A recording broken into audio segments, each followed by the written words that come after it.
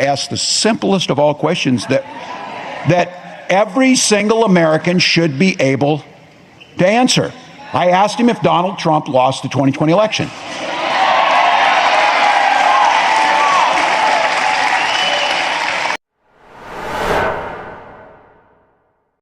Hi guys, the debate between Senator Vance and Governor Walz has been held, and there have been a lot of reactions from the media and on the people who watch this debate. Now, in this video, we'll be looking at the comments that Tim Walz made and Senator Vance made after the debate. In this debate, it's always obvious that the mainstream media, the government parastatals or the deep states are always interested in talking about January 6th, also talking about transfer of power, the Ukraine war, and abortion. This is the topic that they so care about. And it is so funny that the citizens don't really take this as an issue, don't really take the January 6th as an issue. Yes, it was disturbing, but that's not the issue. That's not the pressing issue that the American people are struggling with. So it is always kind of funny where this government stooge, or this deep state government stooge, always like to bring out January 6th, any slight opportunity that they have. So the team asked Senator Vance if Donald Trump lost the election, and he didn't answer. And the next thing we started hearing is that he's not qualified to be the vice president because he didn't answer the question that was asked. He didn't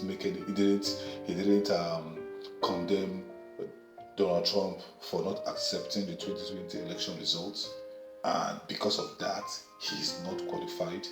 And if you look at this very, very well, it is hypocrisy at the highest, because Kamala Harris has not answered any questions that she has been asked. Any question that they get to ask her, she doesn't answer it. And for some reason, the mainstream media don't take it, they're not angry over her decisions or over her approach not to answer questions. But they are angry because J.D. Vance did not answer the question whether Donald Trump lost the election or not. And because of that, they feel that he is not qualified. So I want us to watch the video and hear what they say.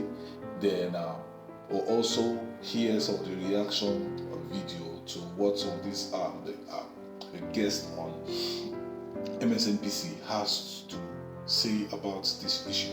So without wasting so much time, I would like to like and subscribe to this channel. So without waiting more time, let us go straight into the video. And both candidates talked about that on the campaign trail yesterday. Let's take a listen. When you're governor, congressman, you're trying to solve problems wherever you want a straight answer on something. The moment that really stuck out is I just asked the simplest of all questions that every single American should be able to answer. I asked him if Donald Trump lost the 2020 election.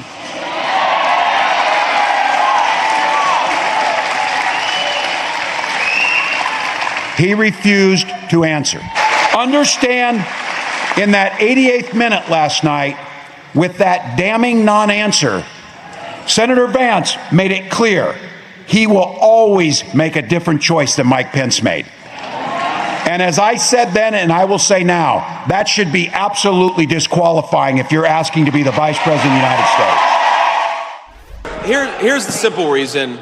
The media is obsessed with talking about the election of 4 years ago. I'm focused on the election of 33 days from now because I want to throw Kamala Harris out of office and get back to common sense economic policies. But I also think you can believe that America needs to have secure and free elections, but also talk about the fact that just a couple of weeks ago, Democrats in the U.S. Congress blocked a piece of legislation that would have ensured illegal aliens don't vote in our elections. If you believe in American democracy, if you believe in our constitutional republic, you should be trying to strengthen American election integrity and not weaken it. Michael Steele, I want your thoughts on this, and I'm curious. I really think Tim Walz defined the election, defined the choice in that moment during the debate. As much as you could see Vance trying to sane wash it, there's a lot of use of that word lately.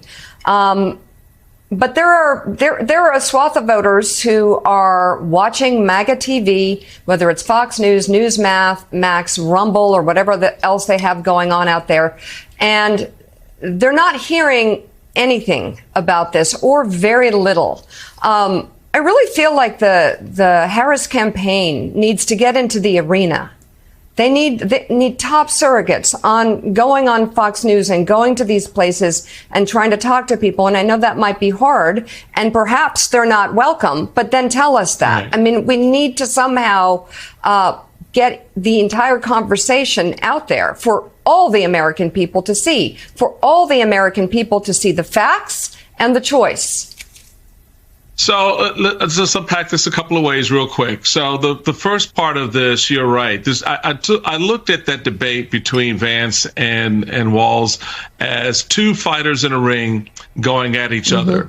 One fighter, Vance, for, out of a 10-round bout for 9 rounds, was winning on points, right? He was. The judges were impressed by the style, the movements. He landed some punches. He was winning on points. In the 10th round, the guy who's losing on points landed a knockout blow with one question, which utterly disqualified his opponent for the office that he's seeking. And that's a profound moment. And I think that moment will register and has registered with the 40+ million Americans who watched that debate. That part of that, what happened of that story, is what the campaign has to get out in front, and which they've begun to do almost immediately after that debate, with a very important ad, I think, that sort of clarifies that. That's one. Two, with respect to someone who's watching Fox or Newsmax or any of those stations, if that's their only source of news, there is nothing else we can say to them at this point. I don't think the Harris campaign can waste its time on convincing the unconvincible. What I think they need to look at are those voters out there who are sitting on the sidelines saying, I just don't know if I want to vote. And I think that's where their focus has to be, because those are the gettable voters. They're not necessarily going to be persuaded by that knockout punch. What you have to understand and get to is, what is the thing that's keeping them from getting in the ring with Governor Walz? And I think a lot of that has to do with the economy, and which is why what's happening with the longshoremen is so important. When we peel back that storyline and look at the relationship between, Mr. Daggett and the president, former president of the United States, and why now? And that, you talk about October surprises, right? The planning around that, when there were people trying to get that resolved before we got to this point. So there are things that touch on the economy of people that they want to use as a reason for not speaking out and speaking on behalf of Walz and Harris.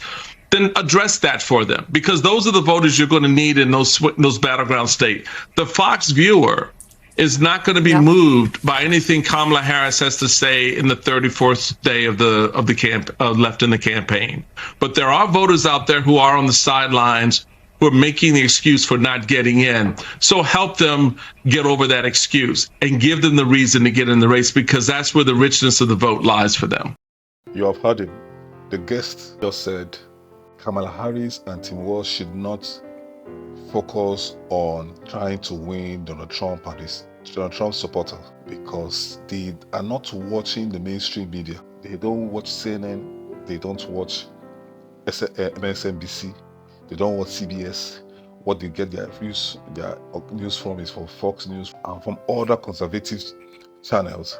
So he's saying that it will be very difficult for these voters to be convinced to vote for Kamala Harris. And it is also interesting that the independents too are still sitting on the fence. Now, one would have expected that this group of voters would have pledged their allegiance to Kamala Harris, but that is not done yet. So they don't trust her or they don't know her, and they are sitting on the fence.